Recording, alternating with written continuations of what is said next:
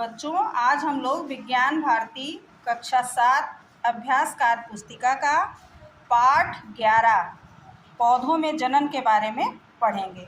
तो देखिए बच्चों, सबसे पहले पहला क्वेश्चन, चित्र में दिखाए गए पुष्प के भाग का नाम लिखिए। तो ये जो चित्र दिखाई दे रहा है ये स्त्री केसर है। क्या है? स्त्री केसर। अब देखिए दूसरा क्वेश्चन, निम्नलिखित कथनों को ध्यान पूर्वक पढ़कर सही विकल्प चुनिए। कथन एक दिया हुआ है, पुंकेसर पुष्प के नर जनन अंग हैं, और दूसरा दिया है पुंकेसर में अंडाशय होता है। तो बच्चों इसमें कथन ए सत्य है। इसके बाद तीसरा देखिए, बेमेल जोड़े को छांटिए।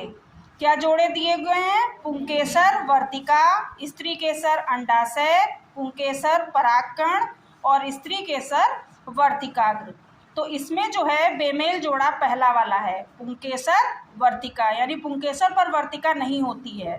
बाकी स्त्री केसर में अंडाशय होता है, पुंकेसर में परागण होता है और स्त्री केसर में वर्तिकाग्र होता है। और पुंकेसर में वर्तिका नहीं होती है, इसलिए ये जोड़ा जो है वो बेमेल हो गया है। ठीक है, आगे देखिए क्वेश्चन नंबर 4, अपने आसपास के परिवेश में पाए जाने वाले पुष्पों के नाम लिखिए। तो अपने आसपास कौन से पुष्प होते हैं? गुड़हल है, गुलाब है, गेंदा है, कनेर है, चमेली है, गुलदाउदी है, चंपा है और सूरजमुखी या सूर्यमुखी। ठीक है, फिर अगला क्वेश्चन नंबर 5 देखिए, निम्नलिखित में से किस पुष्प में नर एवं बीज का निर्माण संभव है? तो देखिए ये पुष्प अधूरा है, ये भी अधूरा है। चौथा नंबर का जो पुष्प है उसमें स्त्री केसर और पुंकेसर दोनों चीज़ें दी हुई हैं, तो इस पर हम लोग सही का टिक लगाएंगे और ये जो है हमारा सही ऑप्शन होगा। इसके बाद क्वेश्चन नंबर 6, चित्र में दिए गए पुष्प के भागों के नाम लिखिए। तो देखिए सरसों का आप लोगों ने सभी ने देखा होगा, सरसों का पुष्प, इसमें जो ये ग्रीन कलर के हैं ये बाह्यदल हैं, पीले रंग के ये दल हैं। ये जो है हमारा तीसरे नंबर पर पुंकेसर बना हुआ है और चौथे नंबर पर स्त्री केसर है। इसके बाद बच्चों देखिए क्वेश्चन नंबर 7, गुड़हल या सरसों के पुष्प के भागों को अलग कर तथा सुखाकर उन्हें सही स्थान पर चिपकाइए। तो देखिए ये मैंने चिपकाए हैं गुड़हल के। तो ये पहला वाला है पुंकेसर, दूसरा वाला स्त्री केसर, तीसरा ये जो ग्रीन कलर के छोटे छोटे दिखाई दे रहे हैं ये बाह्यदल है, और चौथा जो है ये हमारा रेड कलर का, इसको दल कहते हैं। इसके बाद क्वेश्चन नंबर 8, चित्र को पहचान कर उसके भागों के नाम लिखिए। तो ये चित्र बना हुआ है, इसमें बच्चों ये वाला भाग वर्तिकाग्र है, ये वर्तिका है और ये अंडाशय है।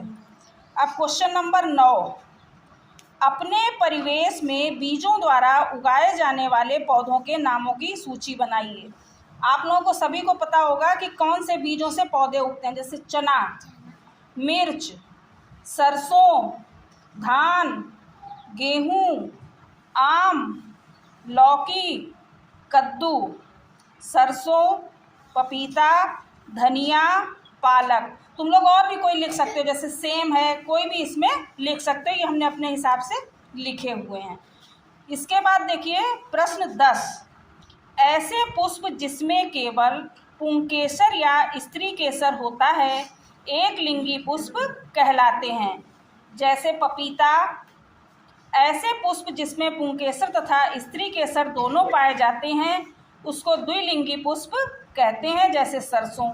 इसी आधार पर निम्नलिखित पुष्पों में एक लिंगी व द्विलिंगी पुष्प पहचानिए। तो पहला पुष्प बना हुआ है कद्दू का, तो बच्चों ये एक लिंगी होता है। दूसरा है गुड़हल का, ये द्विलिंगी होता है।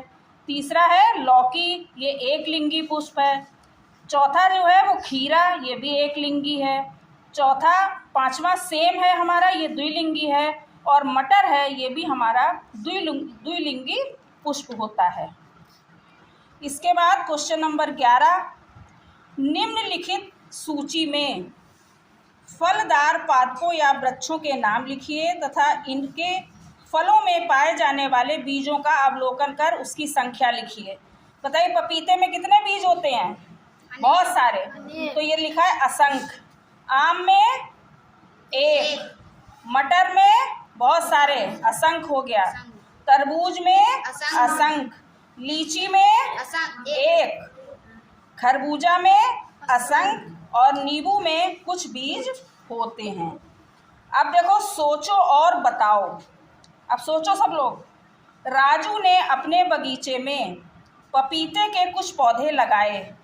विकसित होने पर सभी में फूल आए।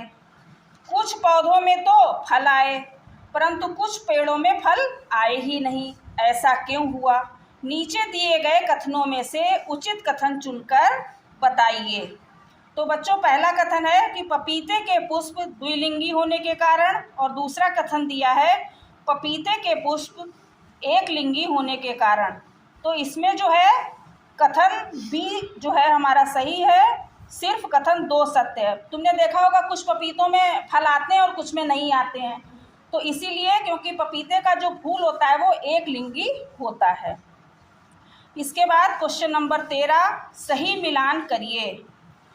तो देखिए मुकुलन की क्रिया दिखाई जा रही है 4th नंबर पे। खंडन की क्रिया दिखाई जा रही है 3rd नंबर पे। कायिक प्रवर्धन जो है ये पत्तियों द्वारा पौधा उगाया जा रहा है 2nd नंबर पे। और बीजाणु निर्माण जो है ये हमारा चित्र 1st में दिखाया जा रहा है। इसके बाद क्वेश्चन नंबर 14, सूची में दिए गए पेड़ पौधों को बीजों के प्रकीर्ण के माध्यम से लिखिए। मदार जानते हो? मदार का पेड़, अकौआ जिसको हम लोग बोलते हैं, आक, उसमें देखा बौआ उड़ते हैं जो गर्मियों में, वो जो है उसका प्रकीर्ण वायु के द्वारा होता है। चिलबिल जो है इसके एक पौधा होता है, एक पत्ती जैसी होती है, उसके अंदर बीज होता है। जब कभी आंधी आती है तो उड़ के आती हैं वो पत्तियाँ छोटी छोटी, उसको कहते हैं चिलबिल। उसमें भी वायु द्वारा होता है। पीपल में चिड़िया के द्वारा होता है। जैसे पीपल है, पीपल में फल लगता है और चिड़िया उसको खा लेती हैं। फिर चिड़िया किसी दीवार पे बैठती हैं तो वो बीज गिर जाते हैं, इसीलिए दीवारों में पीपल आदि के पौधे उगाते हैं। नारियल में भी चिड़ियों के द्वारा, बरगद में चिड़ियों के द्वारा, नारियल में जो है जल के द्वारा, और सहजन में वायु के द्वारा प्रकीर्ण होता है बीजों का। इसके बाद क्वेश्चन नंबर 15, सोचिए और बताइए। गीता ने गुलाब और नीम की शाखाएं काटकर उसे भूमि में रोप दिया। इसमें से किस पौधे की शाखा विकसित होगी और क्यों? तुम्हें पता है हर चीज़ की अगर शाखाएं गाड़ दो तो पौधा नहीं बनता है, लेकिन अगर गुलाब की शाखा को गाड़ दिया जाए तो क्या होता है? पौधा बन जाता है, क्योंकि गुलाब में वर्धी प्रजनन होता है। इसके बाद क्वेश्चन नंबर 16, निम्नलिखित चित्रों में प्रदर्शित वर्धी प्रजनन की कृत्रिम विधियों के नाम लिखिए। तो देखिए इसमें देखा होगा जो आम के पौधे आते हैं उसमें कलम लगा के जोड़ा जाता है।